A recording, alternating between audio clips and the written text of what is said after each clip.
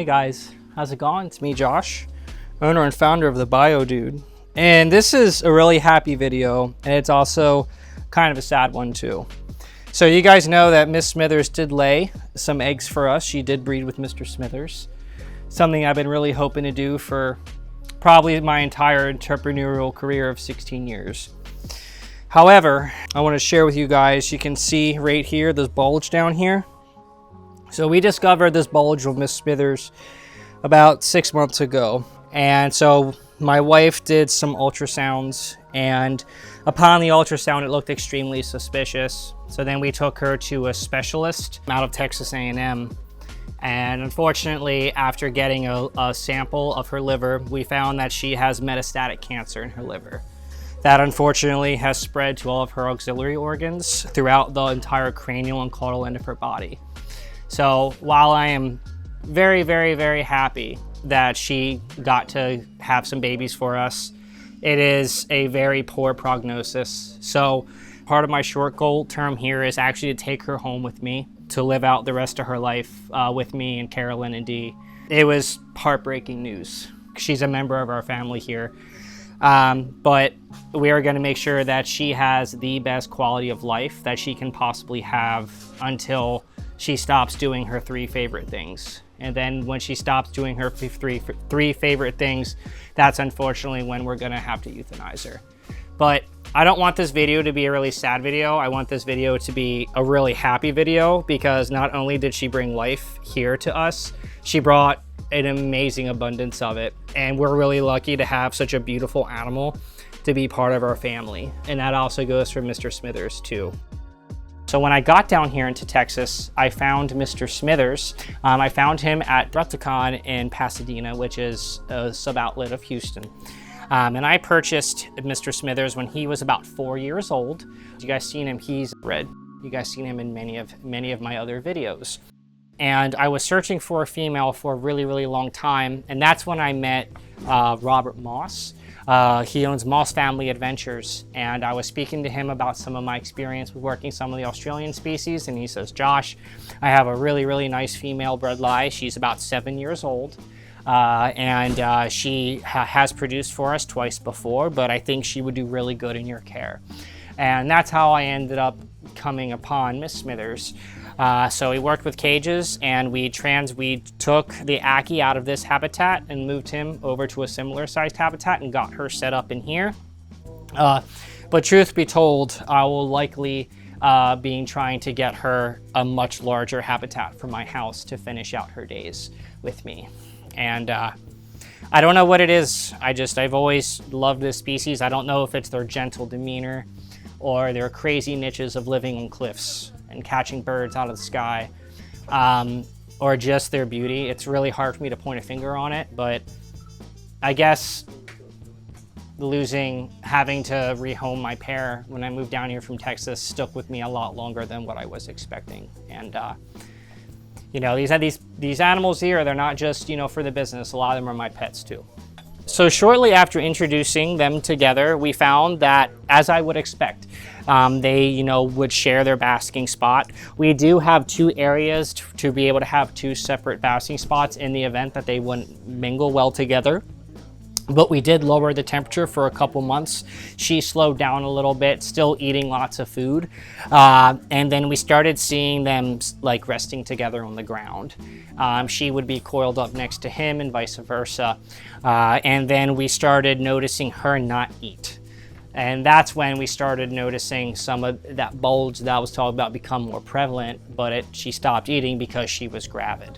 But it's got to the point when, you know, they were being kept together and they were doing so well. And if, quite frankly, I could keep them together still, but I have no intention of breeding her again. I have every intention of just letting her live out a solitary life so she can be as happy as possible and stress-free as possible to mitigate any stress or any things like that. But it's very likely that Mr. Smithers is going to end up back in this cage all by himself. So without further ado, let's go take a look at some of the babies. Here you go, baby. All right, guys, so we're actually in our quarantine room right now, which is where we're keeping all of the babies. So you can see here, I first got to give props to Rich at Reptile Basics. So you guys check out his website. Amazing, amazing manufacturer of a lot of different stuff. So this is the neonatal snake rack that we got. We have them equipped with these 8-quart tubs. This is the VE100 size, and then we have 2 sets of heat tape all along the very back. Both of the heat tapes are hooked up to, one is hooked up to a Herpstat and the other is hooked up to a Vivarium Electronics VE300. You can also see what makes this so good is all the vents that are in the back and in the front, as well as the longer tubs. We're going with the longer tubs because of heat disbursement.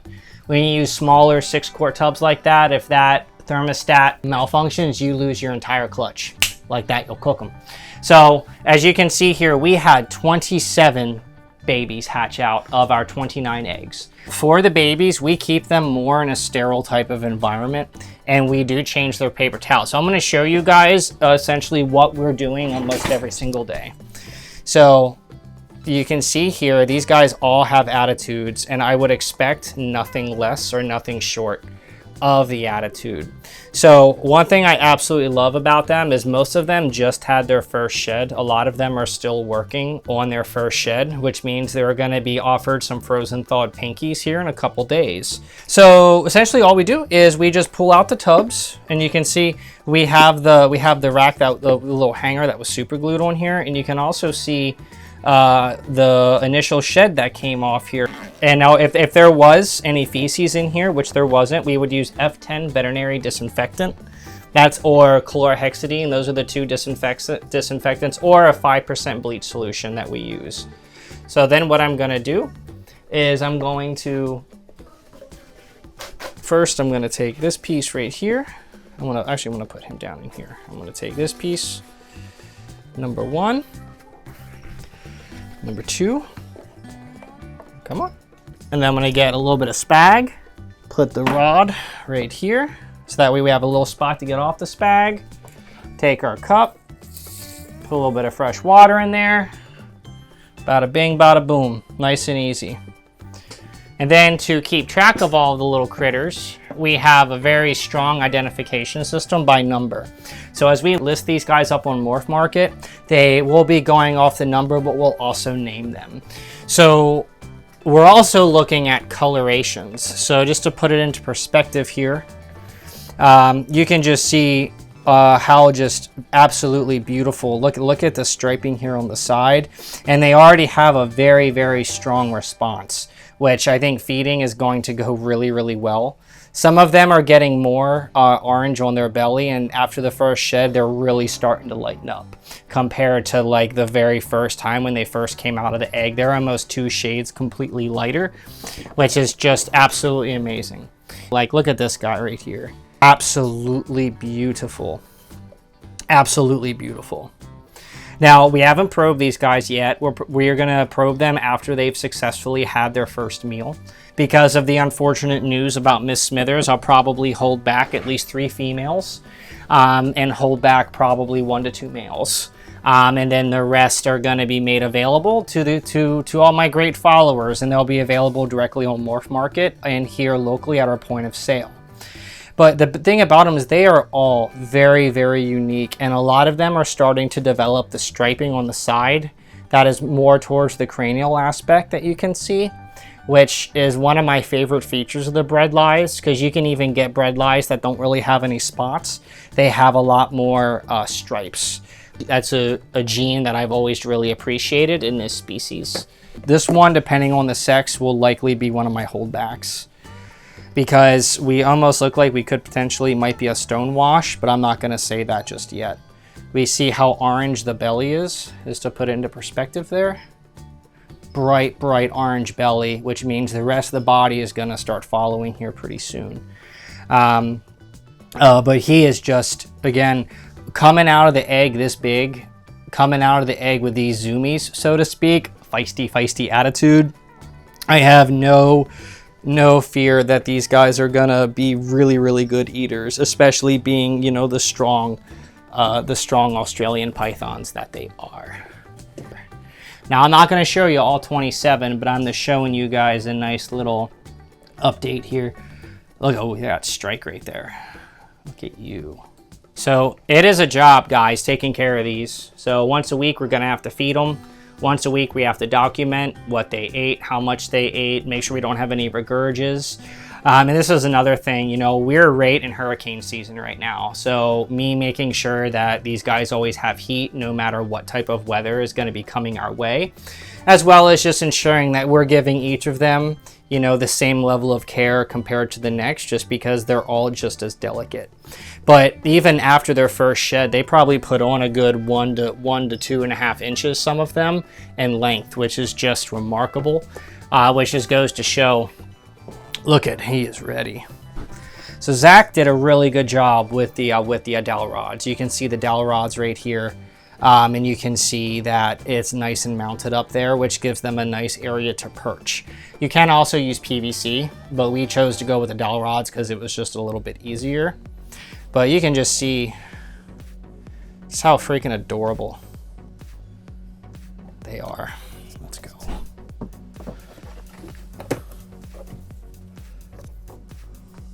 Oh yeah. So this one hasn't shed yet. Now this is going to be a really good indicator of size too. So check this out. So this one you can see is a little smaller than the other ones, probably about 2 inches, but you can tell by the head. We are starting to get the cloudy eye, which is a sign that we are probably about a couple days away from our very first shed, which is just amazing. All right, so I want to show you one of the ones that I already said I'm going to be holding back. And that's this guy down here. This is the only one that I've really picked. We still haven't gone through our first shed yet, but the reason that I decided to hold back is just how orange our belly is. Our belly is so orange. We have somewhat of the broken striping here on the side. I think what I love about this specimen is the head. So you can see the designs here, and then going down to the side. It's absolutely stunning, guys. I mean, I've accomplished a lot. I can't say that I've accomplished. This was a team effort, right? You know, I got the snakes, I provided the habitats and this and that, and it was my team that, you know, was like, hey, I need this to happen, that helped make it happen. But besides buying my building and getting health insurance for my staff, so those are two very hard things to get as a business owner. This probably tops my list, guys. Hands down. Hands down. Australian species have always been my kryptonite when it comes to just wanting to do it, but never really been having the ability to do so. And just this past year, we've gotten our children's going, we've got our Bredlis going, and hopefully we'll also get our Ackie monitors going too. And, you know, I could be here all day opening up every single tub to show you guys, but I'm going to let these guys go and I'm going to let them rest. But you can see we're not keeping them on a bioactive setup yet. We're keeping them clean paper towels, clean water bowl, a little bit of spag, the ability to perch. We're keeping it as simple as possible, so that way we can ensure that they are healthy and that they are completely cleared of all their health screens before we make them available to the public. We are taking pre-orders for them, and guys, I can tell you already, there's already a small list. So if you guys are interested in some Bredlis pythons bred here at the Dude, reach out to us at customer care. We do require a deposit just because the amount of people that are interested, but you don't find very many captive bred Bredlis really at all. And it is truly remarkable just to have something like this here, and I'm very, very grateful. Again, my name's Josh Halter. I'm the owner and founder of the BioDude. You can visit my website, you can come here to my store, and you guys should definitely come and check out these adorable little critters because it's really awesome. Thank you all so much for your support. The Dude abides.